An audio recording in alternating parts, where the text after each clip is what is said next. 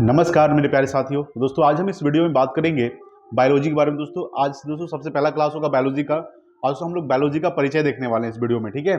चलिए शुरू करते हैं आज का क्लास। बायोलॉजी यानी कि दोस्तों जीव विज्ञान। देखिए बायोलॉजी, ठीक है, बायोलॉजी यह विज्ञान की वह शाखा है जिसके अंतर्गत जीवधारियों का अध्ययन किया जाता है, ठीक है, याद रखिएगा। यानी जीव विज्ञान में किसका अध्ययन करते हैं, तो जीवधारियों का अध्ययन करते हैं दोस्तों जीव विज्ञान में। ये आपको ध्यान रखिएगा। देखिए दोस्तों बायोलॉजी, बायोलॉजी यानी बायो का दोस्तों अर्थ क्या होता है, याद रखिएगा। तो बायो का जो अर्थ होता है वो आपका जीवन होता है, यानी कि लाइफ होता है, ठीक है। क्या होता है, जीवन यानी लाइफ। और लोगोस का जो अर्थ होता है, लोगोस का अर्थ होता है दोस्तों अध्ययन, ठीक है। अध्ययन यानी कि स्टडी, अर्थात जीवन का अध्ययन ही बायोलॉजी कहलाता है। क्या कहलाता है, जीवन का अध्ययन दोस्तों क्या कहलाता है, बायोलॉजी, ठीक है। समझ गए होंगे। फिर से देखिएगा, देखिए जीवधारियों का अध्ययन दोस्तों क्या कहलाता है, जीव विज्ञान कहलाता है, ठीक है। यह विज्ञान की वह शाखा जिसके अंतर्गत हम लोग जीवधारियों का अध्ययन करते हैं, ठीक है। बायोलॉजी का दोस्तों अर्थ होता है जीवन यानी कि लाइफ, और लोगोस का अर्थ क्या होता है, अध्ययन होता है, यानी कि स्टडी होता है। अर्थात जीवन का अध्ययन ही बायोलॉजी कहलाता है। क्या कहलाता है, बायोलॉजी, ठीक है। ये आपको ध्यान रखिएगा। चलिए आगे बात करते हैं। जीव विज्ञान शब्द का प्रयोग सर्वप्रथम किसने किया था, तो लैमार्क ने किया था। ये आपको ध्यान रखिएगा। सवाल पूछेगा कि जीव विज्ञान शब्द का सबसे पहले प्रथम प्रयोग किसने किया था, लैमार्क ने किया था, ठीक है। किसने किया था, लैमार्क, ठीक है। ये आपको ध्यान रखिएगा। दोस्तों जो लैमार्क थे ये फ्रांस के रहने वाले थे। कहां के रहने वाले थे, फ्रांस, एवं ट्रेवी रेनस, ठीक है। यानी दो वैज्ञानिक ने किया था, ठीक है। यानी जीव विज्ञान शब्द का प्रयोग दो वैज्ञानिक ने किया था, लैमार्क ने किया था और ट्रेवी रेनस ने किया था। और ट्रेवी जो रेनस है दोस्तों कहां रहने वाले थे, जर्मनी नामक वैज्ञानिकों ने 1801 ईस्वी में किया था, ठीक है। सबसे पहला सवाल पूछेगा आपसे कि जीव विज्ञान शब्द का प्रयोग सबसे पहले किसने किया था, तो दो वैज्ञानिक थे, लैमार्क और ट्रेवी रेनस, ठीक है। कब किए थे, तो 1801 ईस्वी में किए थे, ठीक है। ये आपको ध्यान रखिएगा। चलिए आगे बात करेंगे। यहां दोस्तों समझ में आ गया होगा, आगे बात करते हैं। देखिए देखिए दोस्तों बात करेंगे, यहां पे समझिएगा। देखिए वीडियो को आप 2-3 बार देख लीजिएगा। वीडियो को अगर आप दोस्तों 2-3 बार देख लीजिएगा तो आपको बिल्कुल जबरदस्त तरीके से समझ में आ जाएगा, ठीक है। चलिए बात करते हैं दोस्तों यहाँ पे जीव विज्ञान की कुछ प्रमुख शाखाएं हैं दोस्तों। सबसे पहले बात करेंगे, देखिएगा एपीकल्चर। क्या है दोस्तों आपका, एपीकल्चर। एपीकल्चर दोस्तों क्या है, तो मधुमक्खी पालन का जो अध्ययन कहलाता है, ठीक है। यानी मधुमक्खी पालन का दोस्तों अध्ययन जो कहलाता है वो आपका एपीकल्चर कहलाता है। क्या कहलाता है, एपीकल्चर। दोस्तों बहुत इंपॉर्टेंट दोस्तों ये वीवीआई है। क्या दोस्तों आपका, ये आपका वीवीआई है दोस्तों। अक्सर एग्जाम में सवाल देखने को मिलता है, ठीक है। एपीकल्चर मधुमक्खी पालन का अध्ययन एपीकल्चर कहलाता है। रेशम कीट का पालन दोस्तों अध्ययन क्या कहलाता है, तो रेशम कीट का पालन दोस्तों जो अध्ययन है वो आपका सेरीकल्चर कहलाता है। क्या कहलाता है, सेरीकल्चर, ठीक है। इंग्लिश सेरीकल्चर कहलाता है। मत्स्य पालन, मत्स्य पालन का जो अध्ययन दोस्तों आपको ध्यान रखिएगा पीसी कल्चर कहलाता है, पीसी कल्चर, ठीक है। इंग्लिश में पीसी कल्चर, ठीक है। ये आपको ध्यान रखिएगा। कवकों का दोस्तों अध्ययन क्या कहलाता है, माइकोलॉजी कहलाता है। याद रखिए दोस्तों इंपॉर्टेंट है। कवक का अध्ययन दोस्तों माइकोलॉजी कहलाता है, याद रखिएगा। उसका दोस्तों शैवालों का अध्ययन दोस्तों क्या कहलाता है, तो शैवालों का जो अध्ययन है वो आपका फाइकोलॉजी कहलाता है, फाइकोलॉजी, ठीक है। कवक का अध्ययन दोस्तों माइकोलॉजी, शैवाल का अध्ययन दोस्तों फाइकोलॉजी, ठीक है। पुष्पों का दोस्तों अध्ययन क्या कहलाता है, तो पुष्प का जो अध्ययन है वो आपका एंथोलॉजी कहलाता है। क्या कहलाता है, एंथोलॉजी, ठीक है। याद रखिएगा एंथोलॉजी। और फलों का जो अध्ययन है दोस्तों क्या कहलाता है, तो फलों का जो अध्ययन है वो आपका पोमोलॉजी कहलाता है, पोमोलॉजी, ठीक है। क्या कहलाता है, पोमोलॉजी। ये आपको ध्यान रखिएगा। उसके बाद दोस्तों पक्षियों का दोस्तों अध्ययन क्या कहलाता है, तो पक्षियों का जो अध्ययन है वो आपका अर्निथोलॉजी कहलाता है। क्या कहलाता है, अर्निथोलॉजी, पक्षियों का अध्ययन। फिर से दोस्तों इसको एक बार देख लेते हैं, पहले देख लेंगे। मछलियों का दोस्तों अध्ययन क्या कहलाता है, तो मछलियों जो अध्ययन है वो आपका इकथोलॉजी कहलाता है, इकथोलॉजी, ठीक है। देखिए उसके बाद बात करेंगे यहाँ पे कीटों का जो अध्ययन है, कीटों का अध्ययन, याद रखिएगा। तो कीटों का जो अध्ययन दोस्तों ये आपका एंटोमोलॉजी कहलाता है, एंटोमोलॉजी, कीटों का अध्ययन। उसके बाद दोस्तों वृक्षों एवं झाड़ियों का अध्ययन। दोस्तों यहाँ पे आप लोगों को दिख रहा होगा वृक्षों एवं झाड़ियों का जो अध्ययन है, वृक्षों एवं झाड़ियों का जो अध्ययन है दोस्तों क्या कहलाता है, तो डेंड्रोलॉजी कहलाता है। क्या कहलाता है, वृक्षों एवं झाड़ियों का अध्ययन डेंड्रोलॉजी कहलाता है, ठीक है। आपको दोस्तों दिख रहा होगा। फिर से दोस्तों देख लेते हैं। देखिए मधुमक्खियों का दोस्तों मधुमक्खी पालन का अध्ययन क्या कहलाता है, तो एपीकल्चर कहलाता है। क्या कहलाता है, एपीकल्चर। यहाँ पे देख रहे होंगे रेशम कीट पालन दोस्तों क्या कहलाता है, सेरीकल्चर कहलाता है, ठीक है। याद किया। मत्स्य पालन का दोस्तों अध्ययन क्या कहलाता है, पीसी कल्चर कहलाता है। कवकों का अध्ययन दोस्तों माइकोलॉजी, शैवाल का अध्ययन दोस्तों फाइकोलॉजी, ठीक है। पुष्पों का दोस्तों अध्ययन एंथोलॉजी, फलों का अध्ययन पोमोलॉजी, पक्षियों का अध्ययन अर्निथोलॉजी, ठीक है। याद किया। मछलियों का दोस्तों अध्ययन क्या कहलाता है, तो मछलियों का जो अध्ययन है वो आपका इक्थोलॉजी कहलाता है, ठीक है। और कीटों का अध्ययन एंटोमोलॉजी, ठीक है। वृक्षों एवं झाड़ियों का अध्ययन डेंड्रोलॉजी, क्या कहलाता है? डेंड्रोलॉजी। दोस्तों लगभग आपको दोस्तों याद होगा और कुछ कुछ याद हो गया होगा, ठीक है। चलिए बात करेंगे, देखिए यहाँ पे 2-3 बार वीडियो देख लीजिएगा दोस्तों, आपको पूरा याद हो जाएगा, ठीक है। देखिए यहाँ पे बात करेंगे सर्पों का दोस्तों अध्ययन क्या कहलाता है। यहाँ पे देखिएगा सर्पों का जो अध्ययन है वो आपका, सर्प का जो अध्ययन है दोस्तों ओफियोलॉजी कहलाता है। क्या कहलाता है? ओफियोलॉजी, ठीक है। ये आपको ध्यान रखिएगा। सोरोलॉजी दोस्तों, सोरोलॉजी याद रखिएगा। छिपकलियों का जो अध्ययन है वो आपका सोरोलॉजी कहलाता है। छिपकली का दोस्तों अध्ययन सोरोलॉजी, ठीक है, सोरोलॉजी। और ओफियोलॉजी है, क्या है? ये सांपों का अध्ययन है, ठीक है। काष्ठी पेड़ों का जो संवर्धन है, इसका जो अध्ययन है वो आपका सिल्वी कल्चर कहलाता है। क्या कहलाता है? सिल्वी कल्चर। ये आपको ध्यान रखिएगा दोस्तों। उद्यान विज्ञान का दोस्तों अध्ययन क्या कहलाता है? उद्यान विज्ञान का अध्ययन हॉर्टिकल्चर कहलाता है, ठीक है। उसके बाद बात करेंगे फूलों की खेती दोस्तों, याद रखिएगा। तो फूलों की जो खेती है ये फ्लोरिकल्चर कहलाता है, ठीक है। ये आपको ध्यान रखिएगा, फ्लोरिकल्चर। तो फूलों की खेती फ्लोरिकल्चर, उद्यान विज्ञान दोस्तों हॉर्टिकल्चर, काष्ठी पेड़ों का दोस्तों संवर्धन सिल्वीकल्चर, और सोरोजोलॉजी है ये छिपकलियों का अध्ययन है। ओफियोलॉजी सर्पों का अध्ययन, ठीक है। ये आपको ध्यान रखिएगा। आगे बात करेंगे, यहाँ पे समझिएगा।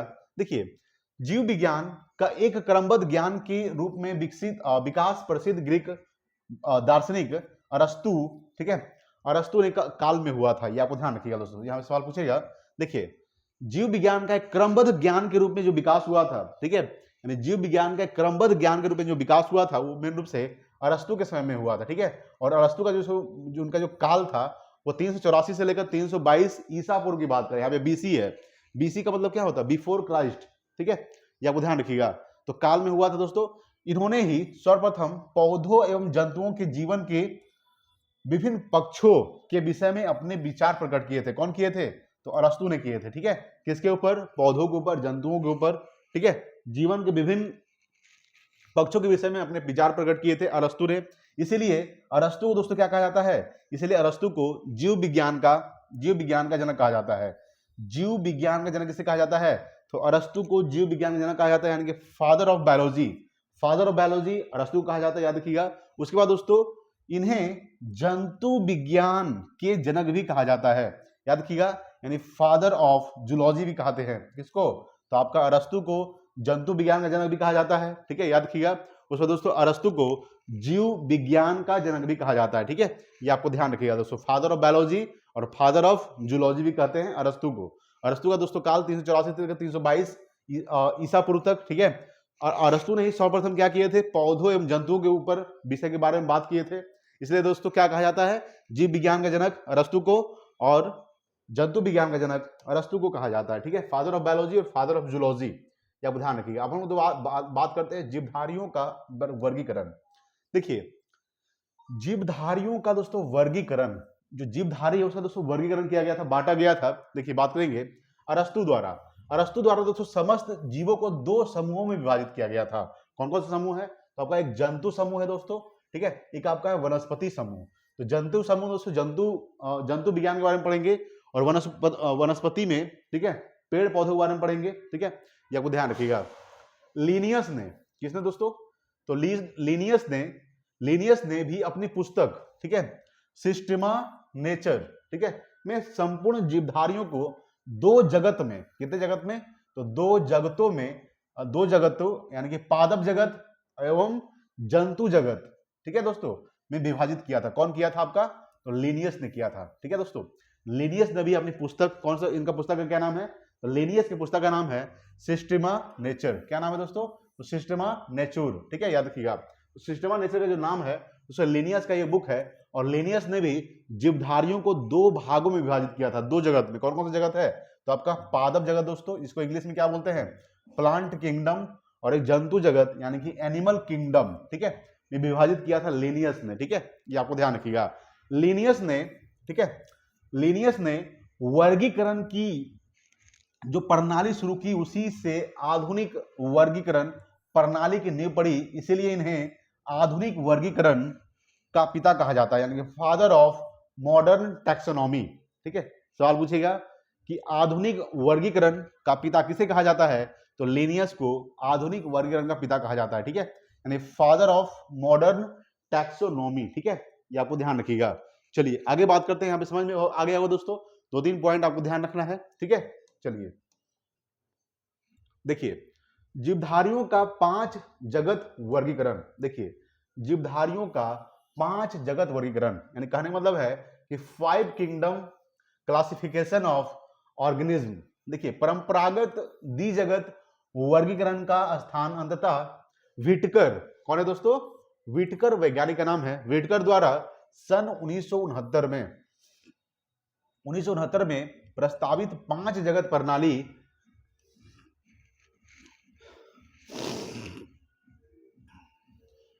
5 जगत प्रणाली ने लिया।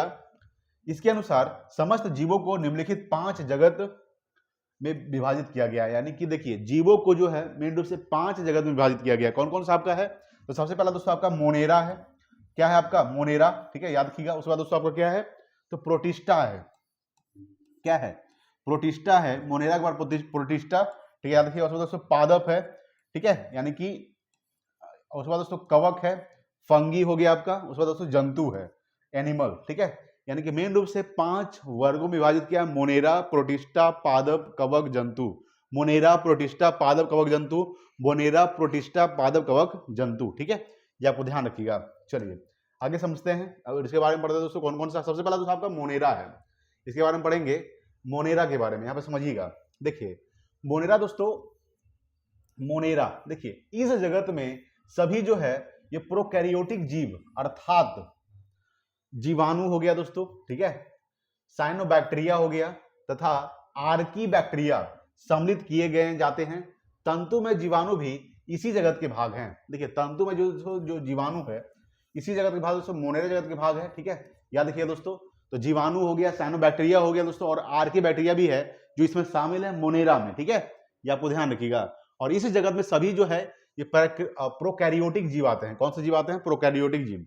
दूसरा दोस्तों आप क्या है, तो प्रोटिस्टा है, प्रोटिस्टा देखिए इस जगत में विविध प्रकार के यानी कि अलग अलग प्रकार के एक कोशिकीय, कौन सा दोस्तों, एक कोशिकीय प्रायः जलीय यूकैरियोटिक जीव सम्मिलित किए गए हैं।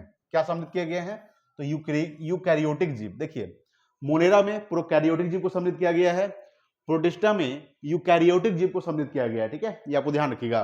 वो दोस्तों कौन सा है, तो जलीय है, ठीक है, ये आपको ध्यान रखिएगा। पादप एवं जंतु के बीच स्थित युगलीना इसी जगत में है, युगलीना, ये आपको ध्यान रखिएगा, बहुत इंपॉर्टेंट है। युगलीना दोस्तों, युगलीना जो आता है दोस्तों प्रोटिस्टा में ही आता है, ठीक है, ये आपको ध्यान रखिएगा। पादप एवं जंतु के बीच स्थित युगलीना इसी जगत में है। यह 2 प्रकार की जीवन पद्धति प्रदर्शित करती है, सूर्य के प्रकाश में, ठीक है, स्वपोषित एवं प्रकाश के अभाव में इतर पोषित। इसके अंतर्गत साधारणतः प्रोटोजोआ आते हैं, ठीक है, ये आपको ध्यान रखिएगा, क्या आते हैं, प्रोटोजोआ, ठीक है। ये क्या था दोस्तों आपका, तो प्रोटिस्टा था, ठीक है, मोनेरा दोस्तों एक आपका प्रोटिस्टा। अब हम बात करेंगे पादप के बारे में, किसके बारे में, पादप के बारे में। देखिए यहां पे समझिएगा, पादप समझिए दोस्तों, देखिए पादप जो है, पादप, ठीक है, पादप इस जगत में प्रायः सभी रंगीन बहुकोशिकीय, ठीक है, बहुत सारी कोशिका जिसमें होता है, तो प्रकाश संश्लेषी उत्पादक जीव सम्मिलित होते हैं। याद रखिएगा दोस्तों इस पादप में क्या सम्मिलित होते हैं, तो बहुकोशिकीय प्रकाश संश्लेषी उत्पादक जीव सम्मिलित होते हैं, जैसे कि शैवाल हो गया दोस्तों, ठीक है, मॉस हो गया, पुष्पीय, ठीक है, पुष्पीय, अपुष्पीय बीजीय पौधे इसी जगत के अंतर्गत आते हैं, किसके, तो पादप के अंतर्गत आते हैं, ठीक है, ये आपको ध्यान रखिएगा। तो पादप के अंतर्गत क्या क्या शामिल है, शैवाल हो गया, मॉस हो गया आपका, पुष्पीय बीजीय और अपुष्पीय बीजीय पौधे भी शामिल है। उसके बाद दोस्तों कवक के बारे में बात करेंगे। अभी हम बताए थे कि कवक का अध्ययन क्या कहलाता है, तो कवक का अध्ययन दोस्तों माइकोलॉजी कहलाता है, और शैवाल का दोस्तों अध्ययन क्या कहलाता है, फाइकोलॉजी। अभी हम पढ़े थे, ठीक है, इसके बारे में पढ़े थे। देखिए कवक जो है यानी कि फंगी, याद रखिएगा, कवक फंगी, कवक के बारे में बात करें तो इस जगत में जो है यूकैरियोटिक तथा परपोषित जीवधारी सम्मिलित किए जाते हैं। किसमें दोस्तों, तो आपका कवक में। इसमें जो है अवशोषण द्वारा, किसके द्वारा, तो अवशोषण द्वारा पोषण होता है, आपको ध्यान रखिएगा। ये सभी इतर पोषी होते हैं, क्या होते हैं, तो इतर पोषी होते हैं, ये आपको ध्यान रखिएगा। ये परजीवी अर्थात मृतोपजीवी होते हैं। कौन सा दोस्तों, तो कवक जो होते हैं परजीवी होते हैं एवं मृतोपजीवी होते हैं, ये आपको ध्यान रखिएगा। इसकी जो कोशिका होती है, इसका कोशिका भित्ति काइटिन नामक जटिल शकरा की बनी होती है। ये भी सवाल पूछेगा, बहुत इंपॉर्टेंट है यहाँ पे। ये जो लाइन दोस्तों बहुत इंपॉर्टेंट सवाल पूछेगा कि बताइए कि कवक की जो कोशिका भित्ति बनी होती है किसकी बनी होती है, तो आपका काइटिन की बनी होती है। दोस्तों सवाल एग्जाम में पूछा भी है कि कवक की कोशिका भित्ति किसकी बनी होती है, तो काइटिन की बनी होती है, ये आपको ध्यान रखिएगा। ठीक है, तो दोस्तों कवक में क्या क्या शामिल होता है, जैसे समझिएगा यहाँ पे अवशोषण द्वारा पोषण होता है दोस्तों किसमें, कवक में, आपको ध्यान रखिएगा। इस जगत में यूकैरियोटिक तथा परपोषित जीवधारी सम्मिलित होते हैं, ये आपको ध्यान रखिएगा। इसमें दोस्तों अवशोषण द्वारा पोषण होता है, इसमें सभी इतर पोषी होते हैं। ठीक है, और इसकी जो कोशिका भित्ति होती है वो आपका काइटिन की बनी होती है, काइटिन नामक जटिल शर्करा से बनी होती है। ठीक है, अब हम पढ़ेंगे दोस्तों जंतु, किसके बारे में, जंतु के बारे में यहाँ पे समझिएगा। देखिए जंतु यानी कि एनिमल यानी जंतु दोस्तों इस जगत में सभी बहुकोशिकीय यानी जिसमें बहुत सारी कोशिका होती है, बहुकोशिकीय जंतु संभोजी यूकैरियोटिक उपभोक्ता जीवी सम्मिलित किए जाते हैं। ठीक है, इनको मेटाजोवा भी कहते हैं, या ध्यान रखिए दोस्तों जंतु क्या कहते हैं, तो मेटाजोवा भी कहते हैं। हाइड्रा हो गया दोस्तों आपका, याद रखिएगा हाइड्रा, जेलीफिश, ठीक है, कृमि, सितारा मछली दोस्तों, सरीसृप, उभयचर पक्षी तथा स्तनधारी जीव इसी जगत के अंग है दोस्तों, किसके, तो जंतु जगत के। ठीक है, ये आपको ध्यान रखिएगा। ठीक है दोस्तों, समझ गए होंगे। देखिए यहाँ पे एक दोस्तों नोट है, ये दोस्तों इंपॉर्टेंट है, वर्गीकरण की आधारभूत इकाई जाति है यानी कि स्पीसीज है। ठीक है, ये आपको ध्यान रखिएगा, वर्गीकरण की दोस्तों आधारभूत इकाई क्या है, जाति, स्पीसीज। ठीक है, आइए हम कुछ पढ़ते हैं किसके बारे में, तो जीवों के नामकरण की द्विनाम पद्धति। समझिए यहाँ पे जीवों के नामकरण की द्विनाम जो पद्धति है इसके बारे में पढ़ेंगे, यहाँ पे समझिएगा। देखिए 1773 ईस्वी में, सॉरी 1753 ईस्वी में कैरोलस लिनियस, कौन है दोस्तों, कैरोलस लिनियस नामक वैज्ञानिक, जिन्हें वर्गीकीकी का जन्मदाता भी कहा जाता है। याद रखिएगा कि फादर ऑफ टैक्सोनॉमी किसे कहा जाता है, तो फादर ऑफ टैक्सोनॉमी जो कहा जाता है वो आपको कैरोलस लिनियस को कहा जाता है। ठीक है, ये आपको ध्यान रखिएगा। तो 1753 ईस्वी में कैरोलस लिनियस नामक वैज्ञानिक ने वर्गीकी का जन्मदाता माना जाता है। ठीक है, याद रखिएगा भी जाना जाता है। जीवों की द्विनाम पद्धति को प्रचलित किया। ठीक है, याद रखिएगा कि जीवों की द्विनाम पद्धति को किसने प्रचलित किया, तो कैरोलस लिनियस ने प्रचलित किया। ठीक है, ये आपको ध्यान रखिएगा। इस पद्धति के अनुसार प्रत्येक जीवधारी का नाम लैटिन भाषा के दो शब्दों, यहां पे समझिएगा, आगे बात करेंगे। देखिए जो द्विनाम शब्द है दोस्तों, द्विनाम शब्द यहां पे समझिएगा। देखिए इस पद्धति के अनुसार, यहां पे हम पढ़ेंगे, इस पद्धति के अनुसार प्रत्येक जीवधारी का जो नाम है वो लैटिन भाषा, कौन सी भाषा, तो लैटिन भाषा के दो शब्दों, कौन कौन सा है दोस्तों, दो शब्दों से मिलकर बना है। देखिए पहला जो शब्द है वो आपका दोस्तों वंश है, क्या है, पहला शब्द दोस्तों वंश है। ठीक है, इसको इंग्लिश में क्या बोलते हैं, जेनेरिक नेम बोलते हैं, तथा दूसरा जो शब्द है दोस्तों आपका जाति है। ठीक है, जाति नाम यानी कि स्पीसीज नेम कहलाता है। ठीक है, याद रखिएगा वंश तथा जाति नामों के बाद उस वर्गीकीविद यानी वैज्ञानिक, उस वैज्ञानिक का नाम लिखा जाता है जिसने सबसे पहले उस जाति को खोजा या जिसने इस जाति को सबसे पहले वर्तमान नाम प्रदान किया। जैसे मानव का वैज्ञानिक नाम क्या होता है, आपको पता होना चाहिए। मानव का जो वैज्ञानिक नाम होता है दोस्तों होमोसेपियंस होता है। क्या होता है, होमोसेपियंस, आपको ध्यान रखिएगा क्या होता है, तो मानव का जो वैज्ञानिक नाम होता है वो आपका दोस्तों होमोसेपियंस होता है, होमोसेपियंस लीन होता है। ठीक है, होमोसेपियंस लीन। वास्तव में होमो क्या है दोस्तों, तो होमो जो है याद रखिएगा उस वंश का नाम है जिसकी एक जाति सेपियंस है। ठीक है, होमो उस वंश का नाम है जिसकी एक जाति क्या है दोस्तों, सेपियंस है, सेपियंस लीन है। ठीक है, वास्तव में लिनियस यानी कि कैरोलस लिनियस, जैसे दोस्तों वर्गीकीकी का पिता कहा जाता है, तो लिनियस शब्द का संक्षिप्त रूप है। ठीक है, याद रखिएगा इसका अर्थ है कि सबसे पहले लिनियस ने इस जाति को होमोसेपियंस नाम से पुकारा। ठीक है, ये आपको ध्यान रखिएगा, समझ रहे होंगे यहाँ पे। तो फिर से बात समझते हैं, अगर नहीं समझे होंगे तो देखिए वैज्ञानिक मानव का जो वैज्ञानिक नाम होता है होमोसेपियंस लीन होता है। ठीक है, क्या होता है, लीन होता है। यहाँ पे लीन लगा हुआ है, लीन इसलिए लगा हुआ है क्योंकि दोस्तों लिनियस ने ही क्या किया था, पुकारा था। ठीक है, होमो, देखिए यहाँ पे बात करेंगे, मानव का वैज्ञानिक नाम होमोसेपियंस लीन होता है। वास्तव में होमो जो होता है ये क्या, उस वंश का नाम है जिसकी एक प्रजाति सेपियंस है। ठीक है, याद कीजिएगा, लीन, होमोसेपियंस लीन है, वास्तव में लीनियस शब्द का संक्षिप्त रूप है। जो लीन है क्या दोस्तों, ये आपका यानी वास्तव में क्या दोस्तों, लीनियस रूप का संक्षिप्त रूप है। इसका अर्थ यह है कि सबसे पहले लीनियस ने इस जाति को सेपियंस नाम से पुकारा था। ठीक है, ये आपको ध्यान रखिएगा।